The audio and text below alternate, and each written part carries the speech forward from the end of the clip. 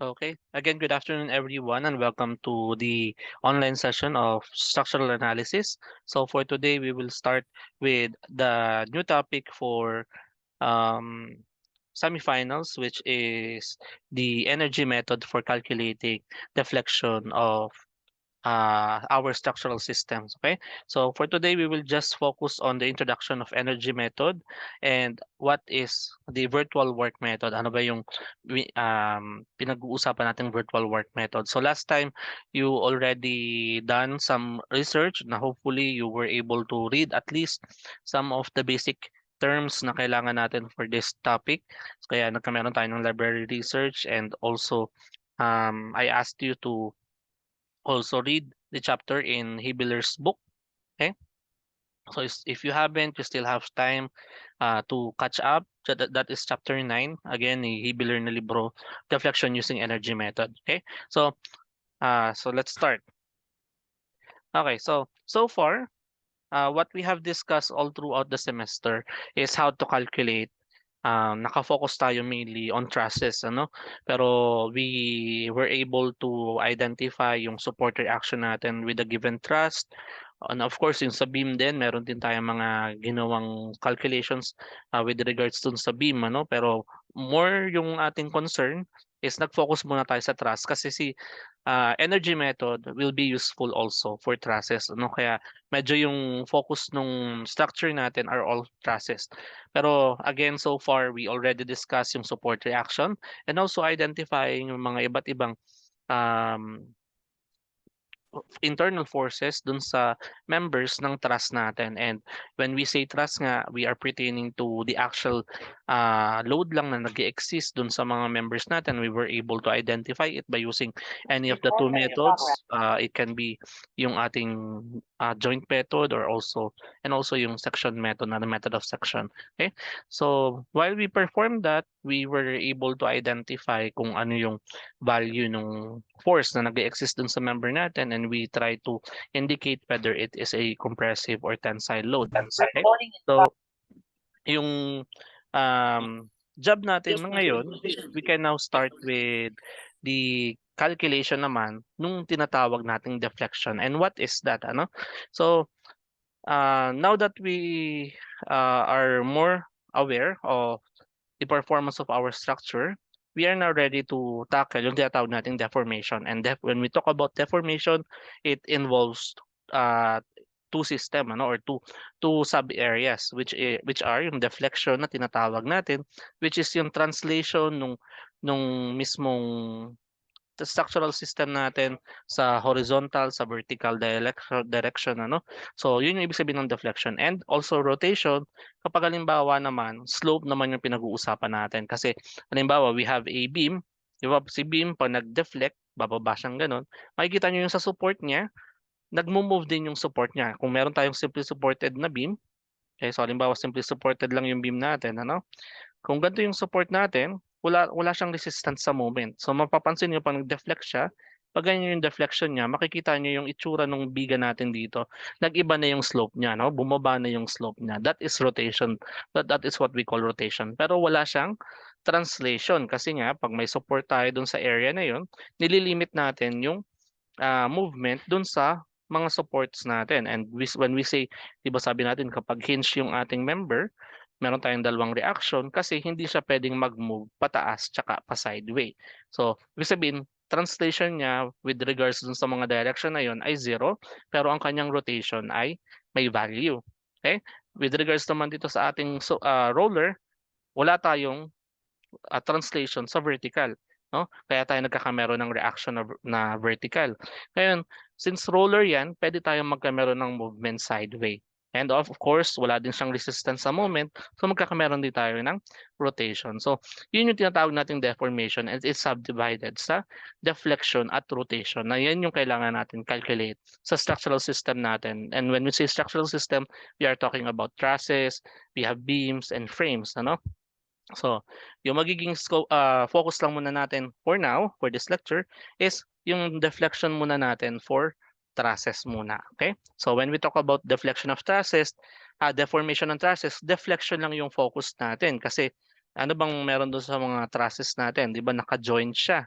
Okay? And ano yung assumption natin pag naka-joint yung trust natin? 'Di ba? Assume natin na parang naka-pin connected o hinge connected siya. So, ibig sabihin wala siyang meron siyang translation ano. So, ito dito, tapos may support reaction tayo dito. Okay, so translation lang yung pinag-uusapan natin kasi si trusses natin, axial forces lang yung kaya niyang i-retain, so wala tayong magko-cause ng rotation which is yung moment. Okay? Yan. And then, ayan, so next is understanding yung deformation is very critical when it comes to structural engineering, ano? Kasi when we start discussing yung design, halimbawa next semester you have your principles of steel design and principles of concrete design, ano? Deflection will be part of the checking na requirement natin para dun sa design ng mga member natin. Magfo-fall under siya sa tinatawag nating serviceability, ano? Deflection limit for design ng mga structural component must be satisfied kasi di ba may biga ka. Tas pag wala kang sinet na deflection limit, syempre ayaw mo naman makikita yung bigang dadaanan mo, yung nasa ibabaw mong biga is nakalundo siya ng ganun, ano? Halimbawa, konti na lang ano na, ano na dun sa head niyo yung mismong biga, no? Ayaw naman natin gano'n, that is unsafe. Kaya when it comes to designing our structure, we are also determining yung deflection limitations natin, which is part ng serviceability requirement natin. Okay? And also, in order to analyze yung mga indeterminate structure natin, 'di ba? So far ang ating sino-solve are determinate, ano, or kapag chineck natin yung value ng external supports, laging sapat yung value ng ating equilibrium equation. Ngayon, 'di ba, pa nagche-check tayo nung ah, indeterminacy ng ating mga members o ng ating structure, kung greater than 0 yung value niya, indeterminate na yung sabi natin sa kanya. And kapag indeterminate siya, we need additional equation for that. And yung additional equation na yun, manggagaling kay deformation. Okay? Kaya in order to analyze yung mga indeterminate structure natin, kailangan yung relationship between yung applied load and resulting deformation natin must be understood. Ano? So, iisa-isahin naman natin yan when we go dun sa mga indeterminate structure once na we are solving na ng mga indeterminate structure. Okay? So, basically, this is the essence ng kung bakit kailangan pag-aralan sa deflection or deformation in general. And as you can see here, as an example, halimbawa ito, this is taken from the ACI or American Concrete Institute na code, ano? Makikita niyo meron siyang deflection limitation for a given type of member. Halimbawa, sa flat roof o floors not supporting or attached to natural non-structural element, meron siyang deflection limitation na length over a certain number. So halimbawa, meron kang 5 meters, ano, halimbawa dito, 5 meters. Okay? Gawin natin 5,000 mm, divide mo ng 360. Ang inaalaw lang daw ni code doon ay 13.89 mm lang na paglundo ang pwede niya. So, ibig sabihin, pag lumundo siya ng 1 inch, hindi na siya pwede or bagsak na siya doon sa serviceability requirement natin. So, ibig sabihin, kailangan mong i-adjust yung design doon sa beam mo. So, more on this later kapag nandun na kayo sa design ng concrete. Pero, I'm just demonstrating yung usefulness on deflection when it comes to design. That is why this topic is being discussed in theory, ano? So, kaya kasama yan. And also dito, we have here sample ng mga cantilevered beams, ano, na loaded at some points. Makikita niyo meron siyang formula para makuha yung rotation or yung maximum deflection niya. Depende kung saang location. Let's say, for example, for a cantilever beam, yung pinakamataas siyempreng lundo na pwede niyang makuha is dun sa free end niya, no? Itong position dito hindi siya pwedeng gumalaw, kaya wala siyang movement doon. Pero pag tiningnan mo yung elastic curve niya, okay? Dito yung pinakamataas na pwedeng maging bending ng beam natin kapag loaded siya ng concentrated load. Okay? So, again, more on this later. Ang focus lang natin for today is to introduce yung energy method in solving for the deflection, na ang focus natin for today is yung concept for trusses lang muna tayo. Okay? So, ayan. So, siguro ipakita natin ano, itong trust na 'to, familiar tayo dito, guys? Ba ito yung unang example natin sa method of joints. So, ano yung napapansin niyo dito sa trust natin? Anong bago ngayon dito sa trust natin? Anyone would like to answer? What do you think yung nag-iba dito sa trust natin?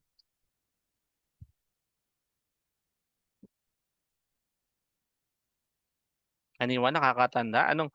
Ito sinolve natin 'to, ang ginawa natin yung first two joints 'di ba, ako yung nag-solve and then pinasit work ko or assignment yung the rest ng joints natin, okay? Pero looking at this diagram, what do you think is new or anong data ang bagong pinapakita sa atin dito sa, mismong diagram natin ngayon?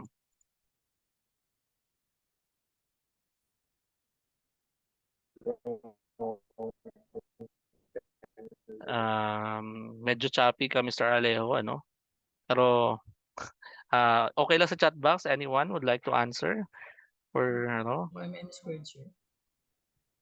alin? Sir, kung Yes. thickness nung beam, Yung thickness po, Thickness. sir. So, thickness, nakalagay ba ang thickness? Actually, this is not thickness, ano? So, naka mm squared, ano? So, area yan. Correct si Mr. Navarro, ano? Yung area ng members natin, since ang ating value is naka mm squared, ano? Square millimeters. Ibig sabihin yung mismong area nung section ng member natin, given ngayon dito, ano? Sa ating, ano? So, bakit kailangan na given siya? Kasi, when solving for deflection, later we will find out na hindi na sapat na loading lang ang alam natin tsaka pag-solve lang ng supporter action.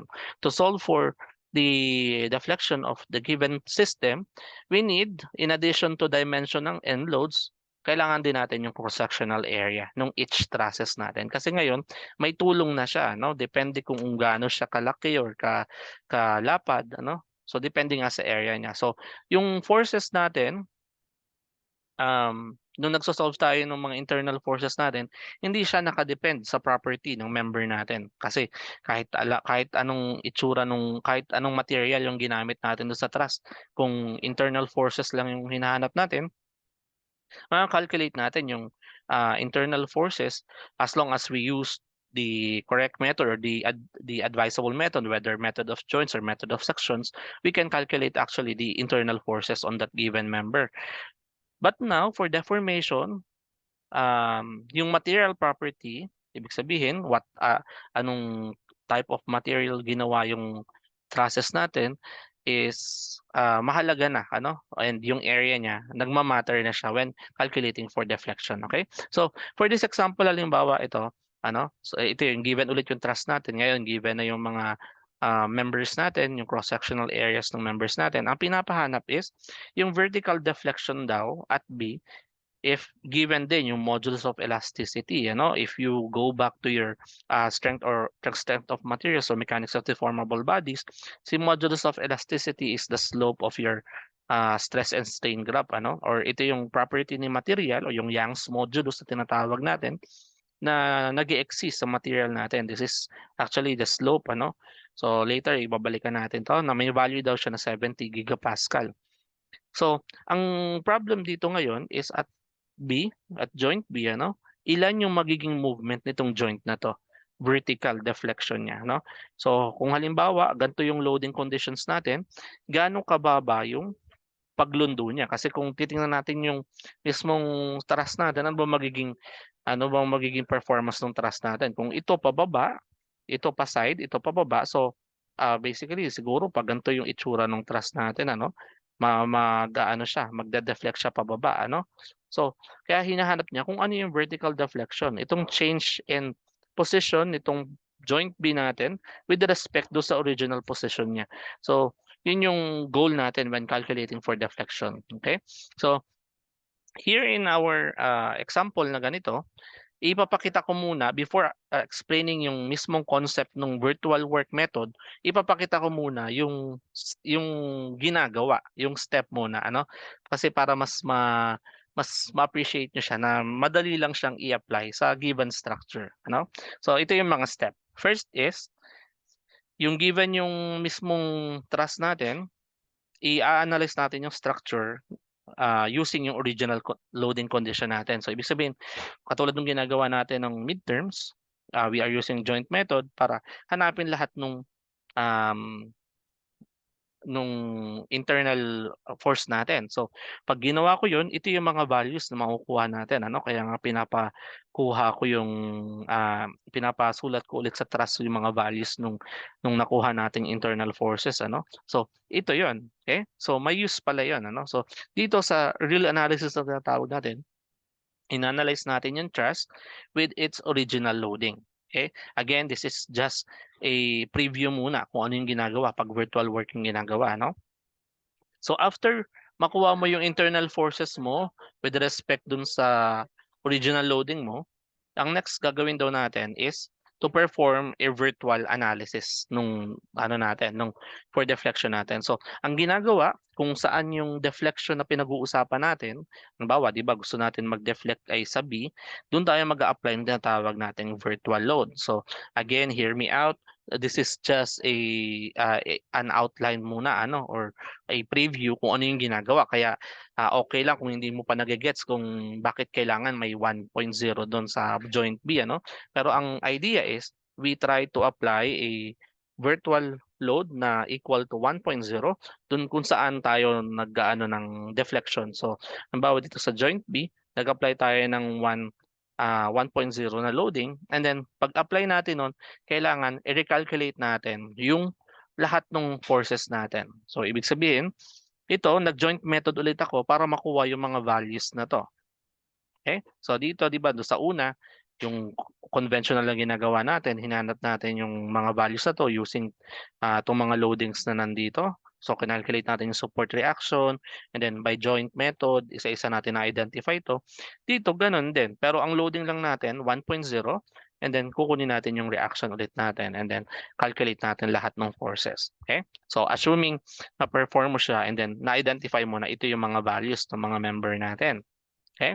So, after mo daw yan magawa, ang kasunod na step, again, outline pa lang to, is to tabulate yung mga values na yon. So, ito yung mga member designation natin, and then ito yung mga virtual load, ito yung ginawa natin sa step 2. Okay? Ito yung sa step 1. Mapapansin niyo, nilagay ko lang yung mga value, So, bawa yung kay AB, dito ay 0.625. Excuse me. AB pala, rather, ito, 0.375. So, 0.375. And 0.375. Okay. So, ano pala, may error ako dito may zero ako nilagay, Tanggalin na lang natin later. And then, yung sa real load, halimbawa to, yan, 109.31. Ito yun. So, tinabulate lang. And then, identify mo lang yung mga details na to. And then, using yung formula na to, makukuha na natin yung deflection at that point. Okay? So, yan yung procedure sa pagkuha ng deflection in a nutshell. Ibig sabihin, as an outline, ito yung ginagawa. Okay? Ngayon, ang gagawin natin kasunod is i-explain bakit ito yung ginagawa. Okay? Pero ang idea is, ito mismo yung gagawin natin kapag meron na tayong mga truss. Okay? So, i-create natin ito, replicate natin itong ganitong procedure.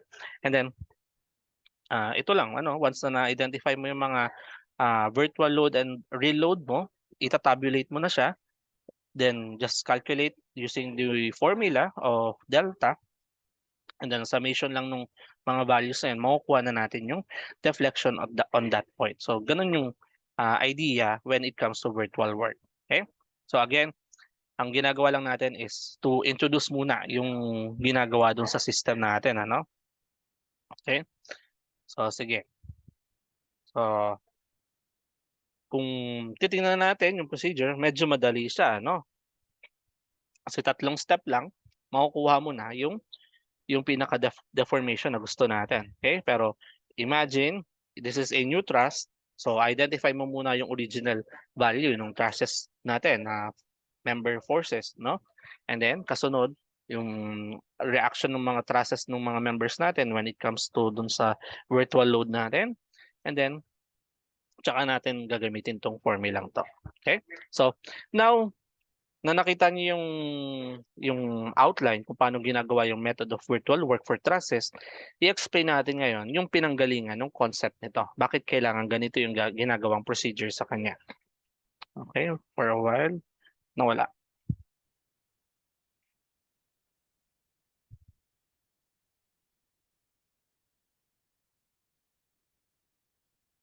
Okay, for a while lang Okay. So, ayan. So let's proceed with the derivation ngayon kung paano. Caution lang, ano? So, since this is a derivation, medyo baka mahilo, ano?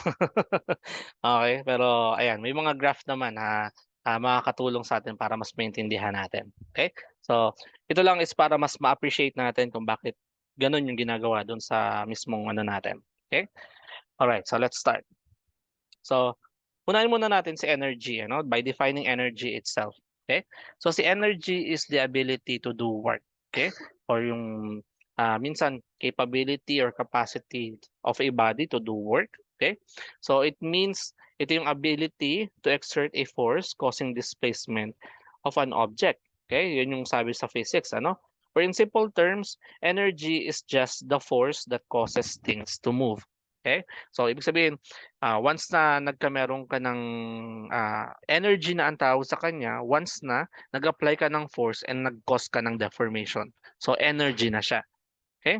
So, energy can exist in many forms, but the two principal type of energy is kinetic and potential energy. Okay? So, that is based from our knowledge of physics, ano? So, potential energy is energy stored in an object or system of object. And then ang kinetic energy associated naman siya dun sa motion ni body, ano, ni object. So, ang mga type ng potential energy, we have chemical energy, electric energy, elastic energy, and yung pinaka-common sa kanya is yung gravitational energy.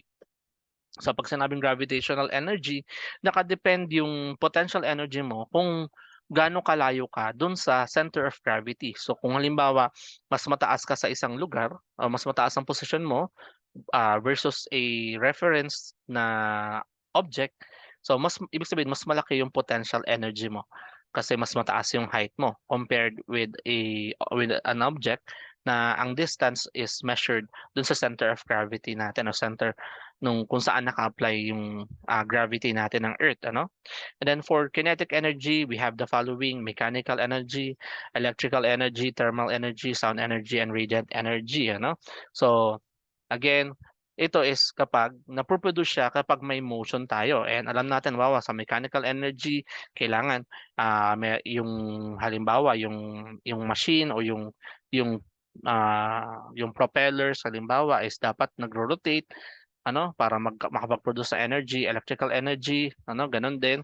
Okay, so basta may motion, kinetic na siya, and then basta stored energy, that is potential energy.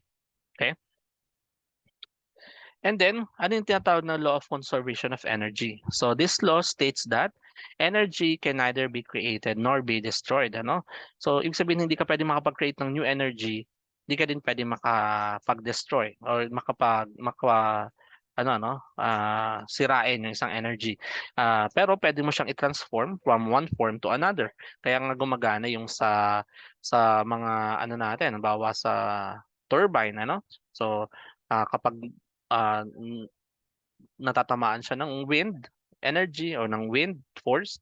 So nagro-rotate yung propeller. So yung mechanical machine o yung mismong mechanical component nung mismong um, turbine natin nagro-rotate na nagko-cause ng mechanical energy na in return kino-convert sa electrical energy. So ibig sabihin yung energy na that comes from the wind force is not created, ano, it was transferred from the wind force papunta doon sa propellers and then papunta doon sa electrical energy. So ano pa yung typical example niya? Halimbawa to, from chemical energy ng petrol, ano, and then kino-convert siya ng ng parts ng sasakyan, ano, to mechanical energy para makatakbo ang sasakyan. Okay? So another is halimbawa ito an apple sa tree, ano? So habang nandun pa siya sa taas ng puno, meron siyang stored energy na potential energy. Then once na bumaba na siya, so ibig sabihin meron siyang velocity pababa, ano? Nagiging kinetic energy na siya. So yung potential energy unti-unti nababawasan and then nagiging kinetic energy na siya hanggang pagpunta niya dun sa pinaka ibaba natin, fully na-convert na yung potential energy natin sa kinetic energy. So, ganun yung nangyayari. So, how does this concept apply sa mga structural system natin, ano? So, paano mo maiisip anong connect, ano? Kung may mga energy tayo, ano naman ang pakialam natin diyan, ano? So, anong gamit natin sa structural engineering? So, typical siguro a more simpler example is halimbawa, we have this rubber band. Kita ba ang rubber band? Ayan. So we have this rubber band. So assume natin na ito ay isang structural system. Ano? Halimbawa, this is a truss. Halimbawa, no? So halimbawa nag-apply ako ng force sa kanya. So let's say itong paper na to is a force dito sa ano natin. Halimbawa, in-apply natin, ayan. Dine-deflect natin yung nag-apply ako ng force. So ano nangyayari nung nag-apply ako ng force dun sa truss natin, dun sa ano natin, structure natin. So habang lumalakas yung application ko ng force dun sa truss natin, ano mangyayari? Pag ni-let go ko, ano mangyayari dun sa force natin?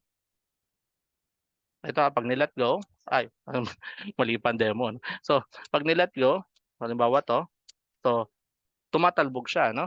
So ibig sabihin, habang nag-a-apply ako ng force, okay? Ito habang nag-a-apply ako ng force, meron siyang deformation na experience, okay? Then habang hindi ko pa siya binibitawan, ano nangyayari? Nag-i-store siya ng energy dito sa ano natin, dito sa position natin, okay? So ibig sabihin may potential energy tayo, may energy stored tayo dun sa mismong system natin na once na ni-let go natin yung force, ano ba, pinakawala natin yung force.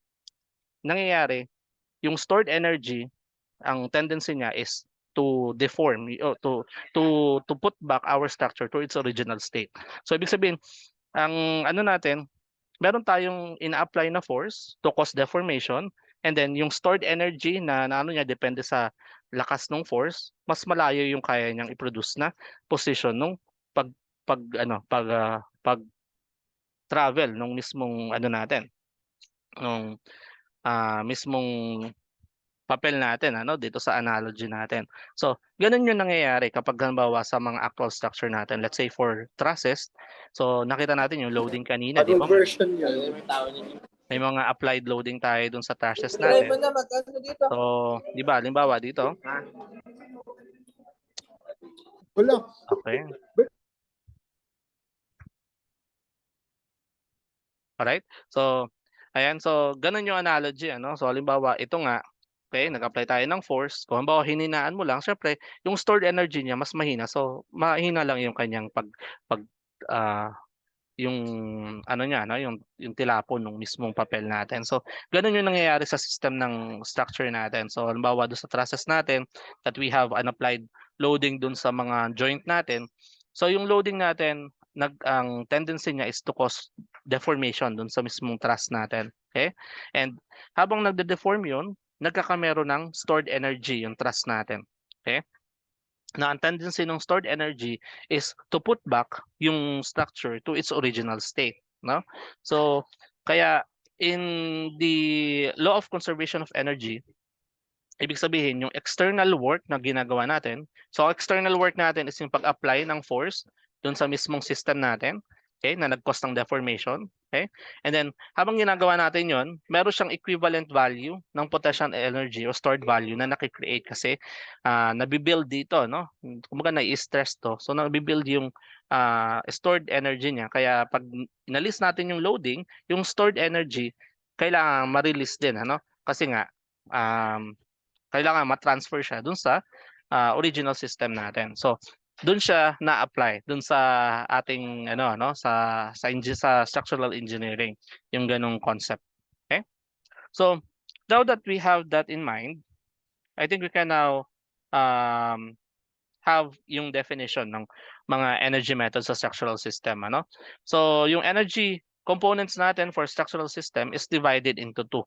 Natawag natin external work done, o W, and then yung stored strain energy na tinatawag natin. So parang ito yung number 1 is the kinetic side, and then yung number 2 is yung potential energy natin.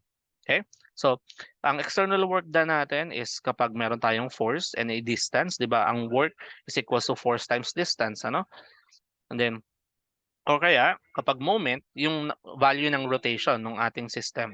And then for stored strain energy, that is from actual loads or actual for bending moment, ano? So depende dun sa in-apply natin na external work. So according to the conservation of energy, ang system natin laging equal yung external work done on the body, equal lagi siya dun sa stored strain energy na nakikreate natin. Again, energy cannot be created or destroyed. Okay?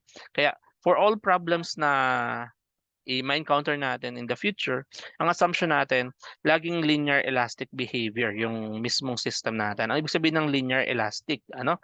So, ibig sabihin, ano lang siya, no? Once na ang assumption, 'di ba, nagko-cause tayo ng deformation, pero once na inalis natin yung loading, yung mismong system natin babalik siya dun sa original na position niya. Kasi nga pag sinabing elastic, once na inalis mo yung loading, babalik siya doon sa original na ano. So, ibang usapan na kapag may ano na, no? Na pag lumampas na siya doon sa elastic side natin. Kasi 'di ba kung matatandaan ninyo, meron tayong pinag-uusapan na stress strain diagram, ano? This is for the stress, this is the strain.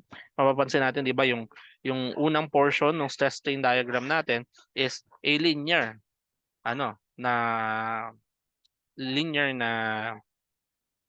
behavior, ano? Ibig sabihin, as we increase yung stress sa isang body, mag-i-increase din yung deformation niya. Okay? Na kapag in-unload natin, mababawasan din yung strain natin. Kaya siya linear elastic behavior. Okay?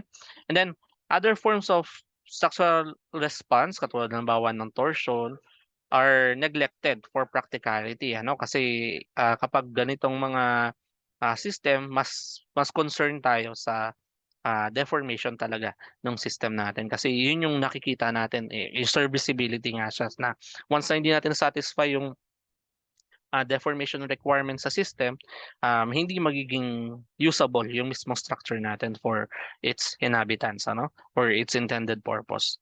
Right? So, yan. So, let's define now yung external work muna tayo, no? So, for external work, okay, let's say we have a bar, a a segment, a bar na niload natin ng F, ano? So nag-apply tayo ng load. So according to this diagram, if the load is applied gradually, okay? Ganito yung magiging behavior niya, linear yung behavior niya. So pagtaas nung ating value ng load, pagtaas ng deformation na kaya niyang i-produce. Okay? So according to the principle, yung total amount of external work done daw sa isang system kapag gantong actually loaded yung member natin is equals daw siya dun sa area under nung curve natin. And as you can see here, we were able to graph a linear or a straight line based from an increasing value ng force and ito yung increasing value ng deformation. And makikita ninyo, dito, that is a right triangle. And ang formula for a triangle, so kung halimbawa, this is yung applied load P natin, itong side na to, and then this is our base. So, para makuha daw yung work done by the force or by the applied force, ang gagawin lang doon natin is to take the area under the curve. Okay, ang curve natin dyan is itong linear line. So ang area niya is 1/2 times base times height, which is yung deformation times yung load natin, which is ito yung nakalagay na yan. Okay, so that is the case kapag we have one load applied doon sa system natin. Okay, so ito yung sa external work. Okay, so again, kung going back dito, kung meron tayo nung sa external work, paano naman yung sa internal o yung sa stored strain energy natin? So, dito, sa stored strain energy natin, babalikan natin yung concept natin from mechanics of deformable bodies, no? Na once na meron tayong applied load sa isang system, and then meron tayong area, makukuha natin yung kanyang stress, ano? Or stress equals to load over area. Also, ang isa pang performance ng system natin is yung tinatawag nating strain, na equal siya sa deformation or yung deformed length over original length. Okay? So, then according to Hooke's law, yung mismong stress natin ng body is directly proportional siya dun sa strain natin. Kaya nagkameron ng constant of proportionality na ito yung tinatawag nating modulus of elasticity na E. Ano? So applying these relations dito sa formula na to, as you can see here, so pag sinubstitute mo yung value ng stress and then substitute mo yung value ng strain dun sa equation and then rearranging the formula, and then we want to get yung deformation ng mismong ano natin, ng mismong bar natin once na nag-apply tayo ng loading, makukuha natin yung formula for actual deformation. Okay? So this is the case kapag meron tayong one load applied lang do sa system natin. So yan yung makukuha natin yung actual deformation formula na I hope you can still remember from your the mechanics of deformable bodies. Okay? So ano ngayon yung mangyayari na meron tayo niyan, ano? So, kung strain energy pinag-uusapan natin, so ito yung mangyayari sa kanya. So, meron tayong force and then imbis na deformation yung lalagay natin, yung delta, no? Makikita natin na yung formula ng delta natin is PL over EA, ano? Or dito, FL over EA. So, same lang yan. So, yung internal force natin, plus yung deformation natin. So, using the same concept as dun sa external work, that is also 1/2 nung force. Okay, yung force natin, internal force, ito yung F. Okay, okay, this is F.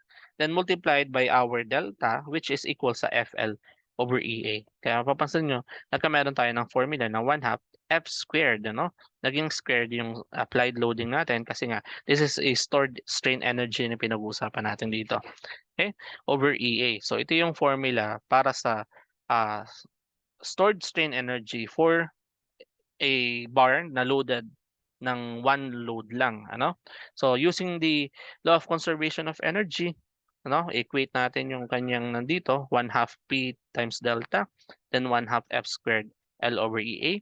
Kapag single member lang tayo, so ibig sabihin yung value ng F at P natin are equal, anong makukuha nating formula, no? Pag pinag-equate natin. So pag pinag-equate natin yun, so we have 1 over P delta plus 2 F squared L over 2 EA. So, mangyayari, magka-cancel yung ito kung equal sila. Okay? Magka-cancel yung 1/2. Ang matitira is delta is equals to FL over EA. So, babalik tayo dun sa formula natin of actual deformation kapag single member lang siya. Okay? Ngayon, kapag system of members tayo, katulad ng mga structure na natin, like yung truss, yung beam, yung frame natin, hindi na pwede na single member yung analogy natin. Okay? Kaya mangyayari, kapag halimbawa nag-apply tayo ng force, na external force sa isang member, sa isang point ng member natin, yung lahat ng members na yon gagalaw siya ng sabay-sabay. So, ibig sabihin, may kanya-kanya siyang stored energy yung kada isang member natin. Kaya ang mangyayari dun sa U natin is summation siya ng lahat ng F squared times L over EA nung lahat nung members natin. Kasi one particular movement caused by a specific force sa isang joint, magkakameron siya ng reaction dun sa lahat ng system natin kasi magkaka-connect sila. Kaya meron siyang effect dun sa whole system natin. So, yun yung kaibahan kapag single member and a system of members yung sinosolve natin. Ngayon, kung ang problem mo lang naman is a bar lang, ano, katulad ng pinakita natin, single bar lang, hindi ka gagamit ng energy method, ano? Ba't ka magpapakahirap mag-energy method? Gamitin mo na agad tong actual deformation of formula para makuha yung deflection natin. Ang sinasabi natin kapag halimbawa system of members na yung structure natin, let's say for example yung truss na ang pinag-uusapan natin, hindi na pwede yung actual deformation lang to solve for the total performance or total behavior ng structure natin when it comes to the deformation itself. Okay? So kaya nag-iba na yung formula niya, no? Summation na siya nung lahat ng members natin dun sa system. Okay? So anong nagiging problem natin ngayon dito? So the problem when it comes to equating itong dalawang to, okay? Kapag makikita natin hindi na equal ngayon yung P tsaka yung F natin doon sa given system natin. So, ibig sabihin may problema doon sa formulation o definition natin nung external work natin, ano? So, hindi natin alam kung anong value nitong P na to. Okay? Para mag-cause siya ng F na na force o internal forces dun sa mga member natin. Eh, paano, 'di ba, sa isang system natin katulad nung sa trust natin kanina, iba't iba yung value na naka-apply do sa system natin, ano? Let's say ito, balikan natin 'to. Makikita natin iba't iba yung naka-apply do sa system natin. So, 'di naman puwedeng ito yung pipiliin mo, 'no? Paano kung yung isa ang pinili, ito yung gagamitin yung value ng P, yung isa ito yung gagamitin yung value ng P. So, kailangan meron tayo ng uniform way of representing the value of P for the external work done para makita natin yung performance ng structure when solving for the deformation. Okay? Kaya to ah, to solve yung issue sa formulation ng external work natin sa system natin, ito yung dilemma natin, ano? We can always solve for the deflection kung saan lang naka-apply yung load natin. Okay? So kung halimbawa, tulad ng problem natin, sa joint B lang siya gustong mag-calculate ng deflection, so doon mo i-apply yung loading mo. Okay? Kasi nga doon mag-exist yung external work and doon mag mako-concentrate yung mga stored energy natin na i-equal natin due to the conservation of energy, ano? So, another dilemma is you wouldn't be able to isolate a single deflection if multiple loads were applied at once, ano? So, yun nga, yung problem na sinasabi ko, kapag halimbawa, we have different applied loadings, no? So, hindi mo makakalculate agad-agad yung single deflection natin. Kaya nga daw ang sinasuggest, to handle this, kailangan mag-place daw tayo do sa load ng point of interest. Ngayon, magkakameron tayong dalawang set ng load. Tawagin natin P1 at P2. Yung P1, yung structure with single load applied at the point of interest, ano? So ibig sabihin, um, ito yung parang tatawagin nating ano, no, fictitious load, ano? Ibig sabihin, hindi siya nag-exist na load, virtual load siya, no? Wala siya talaga sa structure. Kumbaga, ilalagay lang natin siya doon sa structure para doon lang sa kung saan natin gusto hanapin yung deflection. Okay? And then P2 is yung structure na meron ng mga original na given loadings natin. Okay? So ano yung magiging performance niya kung meron tayong dalawang set ng loading? So di ba kanina, one set of loading lang yung pinakita natin. So ano mangyayari ngayon dun sa graph natin ng load versus displacement? So, when it comes to a structure with two loads, ganito yung system niya. Let's say for example, yung unang ginawa natin, nag-apply tayo ng load P1. Again, si P1 o P sub 1 is a virtual load, ano, or fictitious load. Hindi siya nag-exist talaga in reality, ano?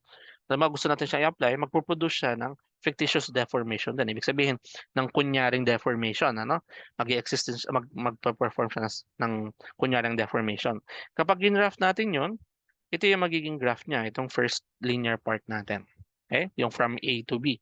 Okay? Kasi ito yung P sub 1 and then ito yung delta sub 1. Again, this is based from a fictitious load lang, ano? Hindi nag-exist na load, virtual load lang siya. Okay? And then another is while naka-load yung ating fictitious load, is nag-apply tayo, in-apply natin yung original loading natin na tawagin nating P sub 2. Okay? So pagdagdag natin ng P sub 2, of course, mag-create siya ng delta 2 din. Okay? So, nung mula dito sa P1 naka-apply, nag-apply tayo ng additional P2. Okay? So, andito na yung point natin from B to C na yung magiging loading natin. Okay? So, yun yung magiging value nung ano natin, P1 plus P2 na tong point na to. Napapansin nyo, ito yung second deformation natin. And then, kung gusto natin makuha yung external work dito sa system natin, sabi natin, di ba, ay yung ano na siya, no? Yung um, area under the curve natin. Pero kung papansin natin, yung area under the curve natin, it can be subdivided into three parts, ano?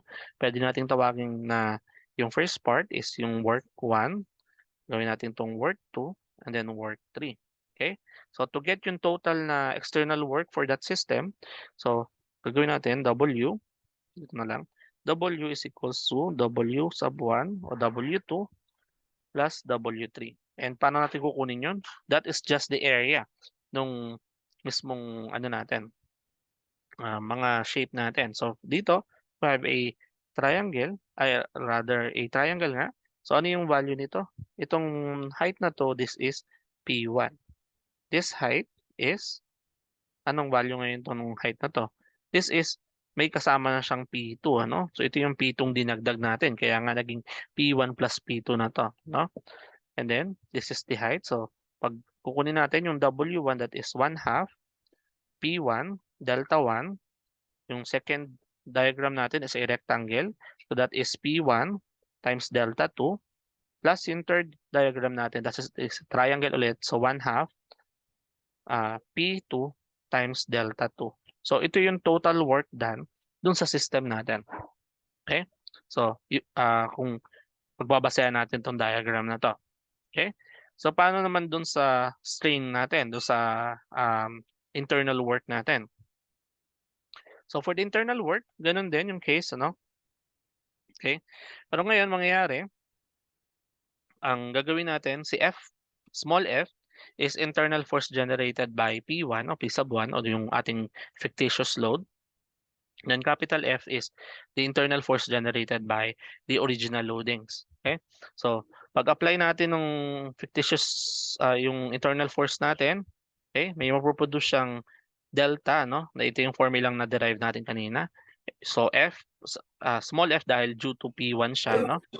And then, from ditong point na to, ganun ulit, nag-apply tayo ng additional loading, yung original loading natin. So, mag-i-increase yung ating applied loading. So, mapapansin natin, ito yung naging division ng ating mismong um, diagram, ano? And to get yung mismong internal force natin within the system, so kunin lang natin ulit yung area. So, that is U1 plus U2 plus U3. So, that is sa U1, that will be 1/2 F times yung FL over EA. Okay, sa diagram lang po ako nakatingin, ano? Number 2, itong rectangular natin, that is, ang base niya will be FL over EA and ang height niya is F, ano?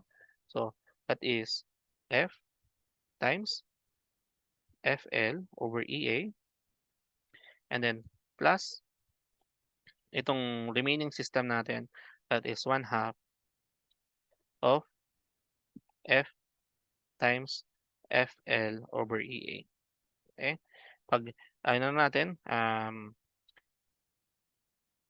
simplify natin, that is 1/2 F squared L over EA plus F FL over EA plus 1/2 F squared L over EA.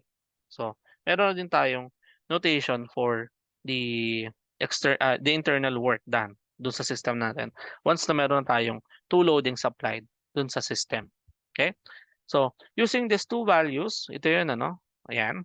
So, ito, naka-type written na yung formula na dinerive natin from the previous slides. Okay?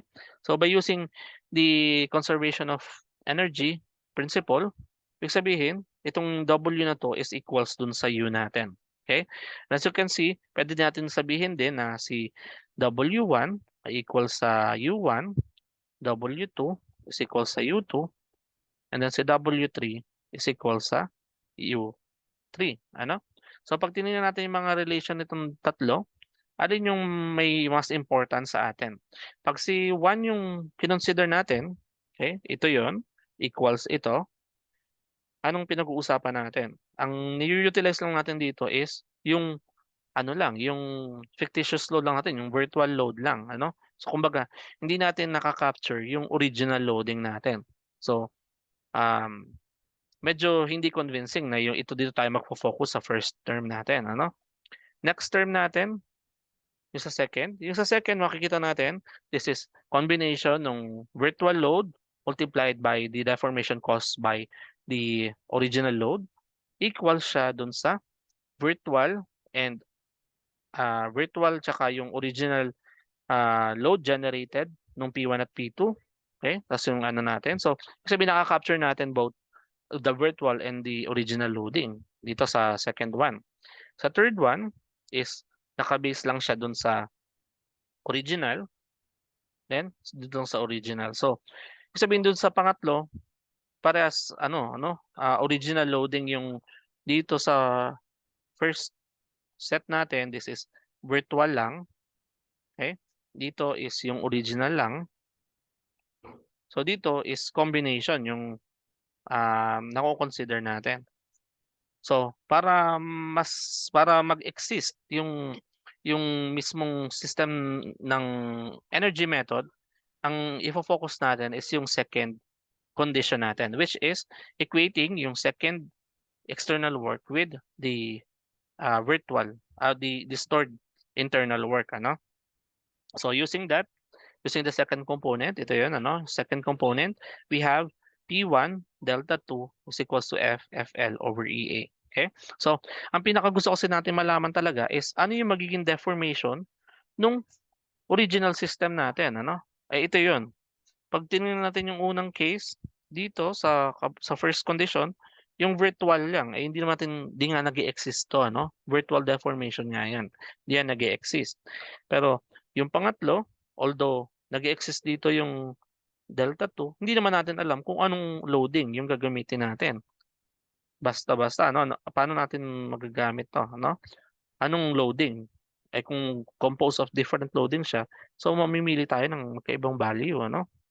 Kaya nga, again, ang most convenient is itong equation na to. And as you can see, ang pinaka tanong natin ngayon dito is paano natin makukuha si delta 2. And para makuha si delta 2, ang gagawin natin doon sa equation, pwede nating i-divide both side by P1. So magiging equation natin is delta 2 is equals to FL over EA. Okay? Over P1. Okay? Pero again, si P1 is based sa fictitious load lang, hindi nag-exist na load. So, ano ang number ang pinaka madaling i-represent nung virtual load natin para magamit natin dun sa equation natin? Diyan papasok yung 1.0. So, yung 1.0 na value, unitless siya na loading. So, ibig sabihin, pwede natin makuha yung ilalet natin na si P sub 1, which is a fictitious load, equal to 1.0. So, mangyayari doon sa equation natin will be equals to F times FL over EA. Kaya, ito yung magiging equation natin for the determination ng ating delta 2 o yung ating deformation dun sa real system natin. Okay? So, dyan ang nagaling po yung formula natin. Dun sa step 3 kaninang pinakita ko, ito sa step 3, nasa na yan? Iyan. Ito. So, yung step 3 na yan, ito yon, no? FL over EA. So, yung total deformation, again, di ba sabi natin, W, magiging siyang W is equals to summation nung U, ano? Kaya, ito yung performance ng kada isang U, and then sinam natin siya para makuha yung total deformation natin. Okay? So, yun yung ginawa dito o yun yung pinaka-concept ng virtual method of virtual work. Okay? So, yan. Question muna so far.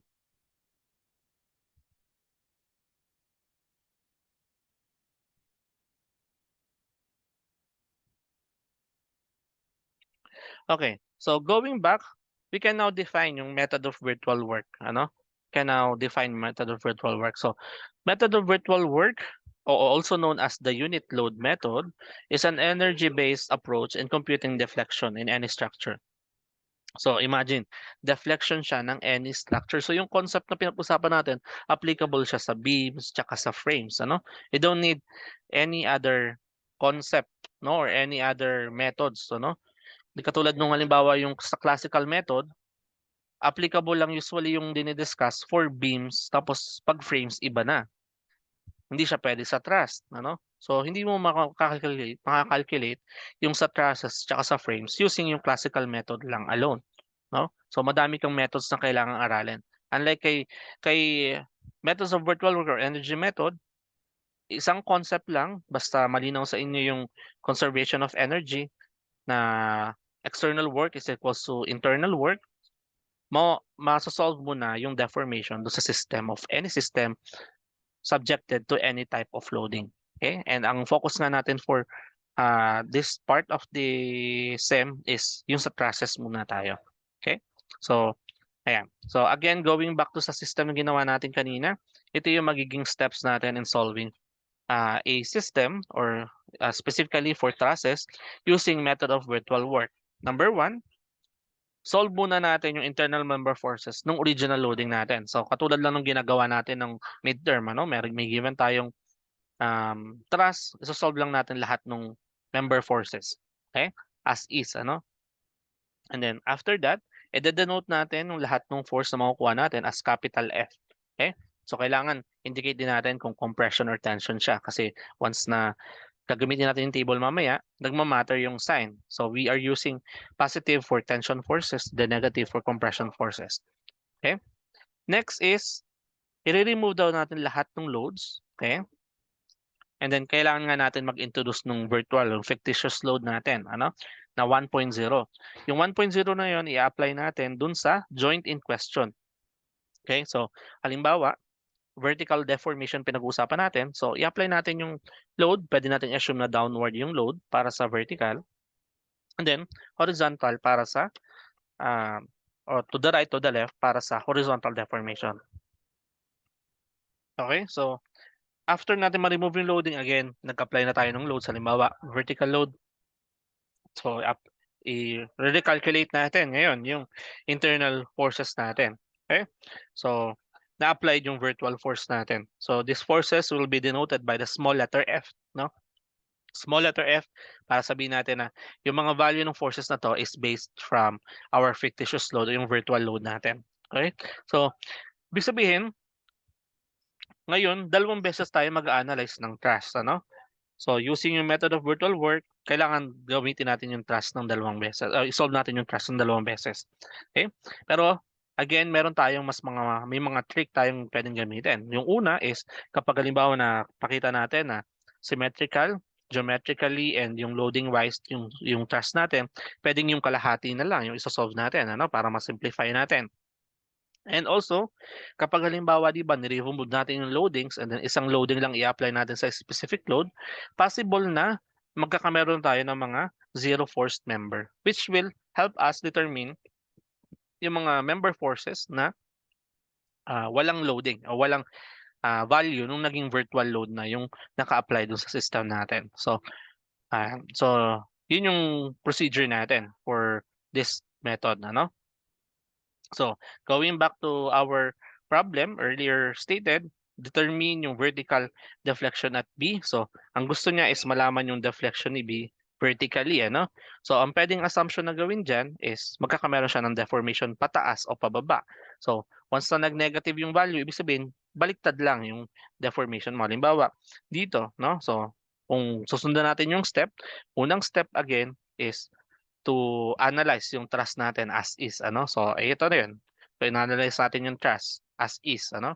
So, hindi ko napapakita kung paano na to kasi I hope you know na already, ano, of solving this value ng forces natin na to. Okay? And then, yung number 2, yung virtual na. Ngayon, di ba sabi natin kailangan natin is virtual na deformation vertical dito sa joint B.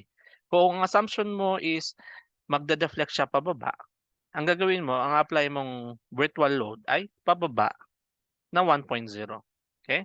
So kung ganun yung ano niya, ano mangyayari dito sa system natin? Sige, pakita natin paano naging 0.625 tsaka 0.375, ano? So dito, nandito yung loading natin. Okay? Papansin nyo, magiging supporter action natin ngayon will be, since symmetrical siya, this will be 0.5, tapos ito ay 0.5, yung supporter action natin. So pag pinakita natin at joint A, okay? So ito yung joint A. Ayan, joint A, gawin natin bilog. Ito, meron siyang 0.5 dito. Then hindi natin alam tong value nitong members natin. So dito, again, meron siyang vertical tsaka horizontal. So kung pataas yung vertical natin, so ito is magiging downward. Ito ay um, towards din, and then this will be away, ano? So summation of forces y is equals to 0. So this is AD, ADY, ADX. Okay? So ano ba yung value nito? This is 3, 3, 4, 5. Ano? So 3, 4, 5. So dito mangyayari ADY is equals to 0.5. And then by slope ratio, yung ADX natin over 3 is equals to ADY over 4 o 3/4 ng ADY. So 3/4 ng 0.5 o 0.75 ng 0.5, that is 0.375. Okay? So pag kinuha natin ngayon yung AD using yung ating Pythagorean, so that is 0.5 squared plus 0.375 squared, that is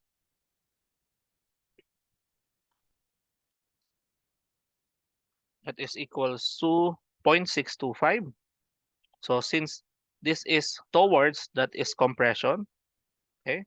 And then yung summation of fx natin is equals to 0, that is ADX is equals to AB. AB. So AB is equals to 0.375. So this is away, so that is in tension. Kaya papansin ninyo, itong 0.625, ito yun. Ano? Ayan, nakalculate lang natin to. And then itong 0.375 na tension, ito yan. Okay? And alam natin na symmetrical to. So, ibig sabihin ito, parehas na siya ng value. Ibig sabihin to na lang, hahanapin mo itong dalawang to. Okay?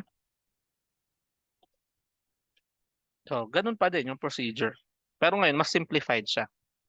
Although, umulit ka ng pagsasolve, ngayon, based siya dun sa virtual load natin. Then, after nun, magko-construct ka ngayon ng table.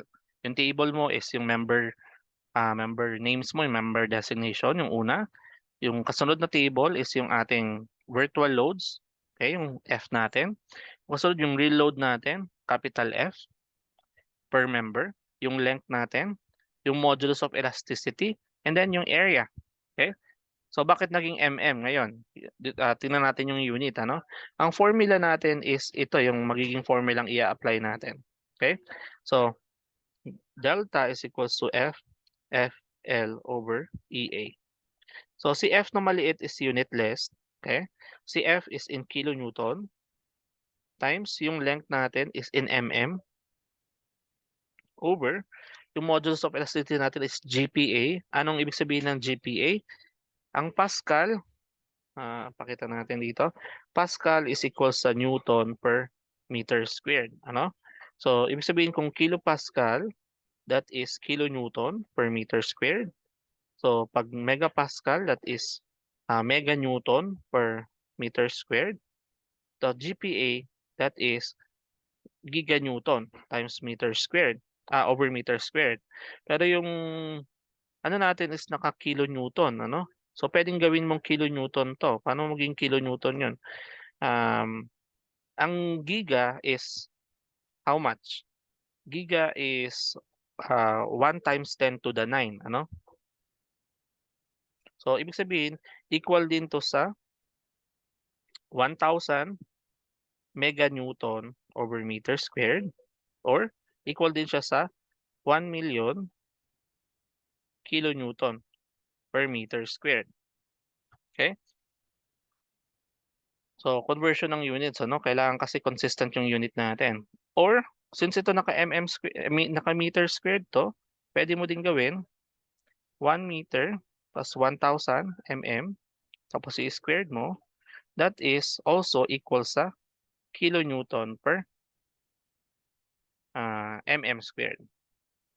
Okay? So, ibig sabihin, ang GPA pala is kilonewton per mm squared. So, kung GPA yon, that is kilonewton per mm squared times yung area natin na mm squared. So, magka-cancel out ito. Cancel out yung kilonewton, matitira sa atin ay mm lang, which is the deformation ng mismong system natin. Okay? So, kaya mm yung naging value dito. Again, be careful with your units, ano? Kailangan consistent ng unit before you perform yung summation. Once na ito, babaguhin ko lang yung value nito, no? This is not 0.0375, that is 0.375. And you get pag kinuha mo yung summation niya, ayan, ito yung magiging value ng answer. Okay? So, let me share you yung Excel file nito. Kasi since we are dealing with tables, it is very convenient na pwede tayong gumamit ng Excel to solve for the values niya. Okay? So, pakita ko yung sa Excel file. Ayan. So, dito sa Excel file, ayan, tinama ko na, no? Ginawa ko ng 0.375. Papansin mo, naka-formula lang yan na direct multiplication itong mga to and division kung ano man yung equation na to. Then after ma-drag to dito, yan, kunin mo lang yung sum by using yung sum function, okay, nung mga points na yun. Then makikita natin, ito pala yung deformation ni B, no? So, ibig sabihin positive, ibig sabihin nag-deflect siya pababa ng 10 mm. Okay, yun yung ibig sabihin niya. So, kapag halimbawa naging negative yung value, ibig sabihin mali yung assumption natin na pababa yung direction ng deformation niya. So, yun sa drawing mo, babaguhin mo lang, gagawin mo pataas yung pag-deform niya, pataas. Okay? So, ganun po yung method of virtual work in trusses. Okay? So, question po muna tayo before we wrap up itong sa example natin.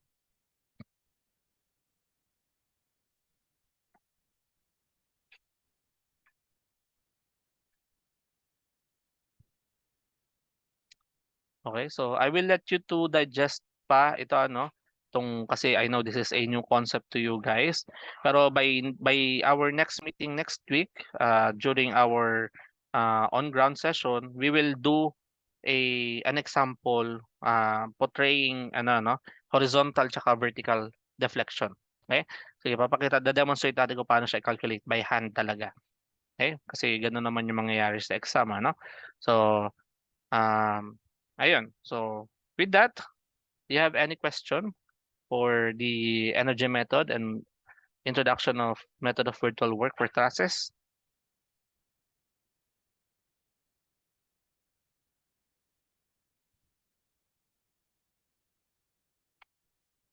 Okay.